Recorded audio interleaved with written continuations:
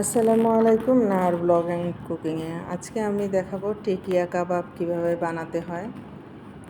যেহেতু আমি সিলিন্ডার গ্যাসে রান্না করি, তাই আমি মাংস এবং ডাল, আদা বাটা, আস্ত রসুন, পেঁয়াজ, লবণ, হলুদ, গরম মশলা এগুলো আমি একবারে প্রেসার কুকারে দিয়ে সুন্দরভাবে মাখিয়ে নিয়েছি।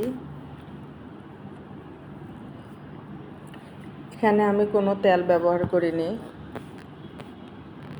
কারণ টিকিয়া কাবাব যে কোনো কাবাবের ক্ষেত্রে মাংস যখন ডালের সঙ্গে সিদ্ধ করবেন তখন এখানে তেল দেওয়া যাবে না। তেল ছাড়া মাংসে যত মশলা আছে সব মশলাগুলো আমি দিয়ে দিয়েছি এবং সুন্দর করে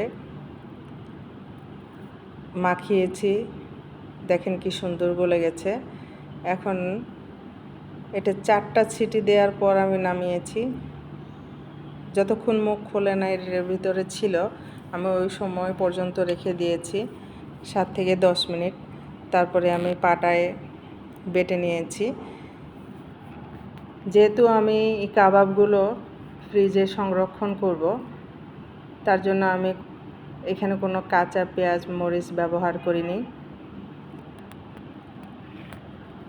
মরিচ পেঁয়াজ আমি হালকা করে ভেজে নিয়েছি এবং ধনিয়া পাতাটাও আমি তেলের সঙ্গে হালকা করে টেলে নিয়েছি।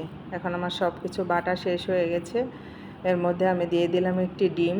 ডিমটা অবশ্যই দিতে হবে, না হলে এটা কোট করা যাবে না। আপনি যখন কাবাবটি ভাজবেন তখন এটা ভেঙে যাবে। আমি এখন পেঁয়াজগুলো ঠান্ডা হয়ে গেছে, পেঁয়াজ ভাজাগুলো, এই পেঁয়াজ ভাজাগুলো এখন দিয়ে দিচ্ছি। সবগুলো সুন্দরভাবে মাখিয়ে নেব।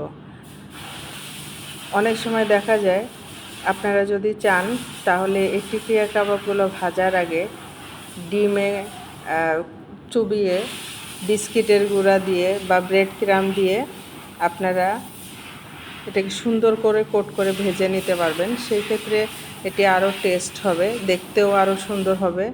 আমি বানিয়ে এগুলো ফ্রিজে রেখে দিচ্ছি এবং কিছু ভেজে আপনাদেরকে দেখিয়ে দিলাম।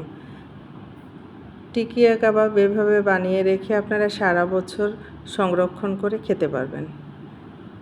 ভিডিওটি যদি আমার ভালো লেগে থাকে তাহলে অবশ্যই আমাকে লাইক ফলো দিয়ে যাবেন এবং সাবস্ক্রাইব করে দিবেন। ধন্যবাদ সবাইকে।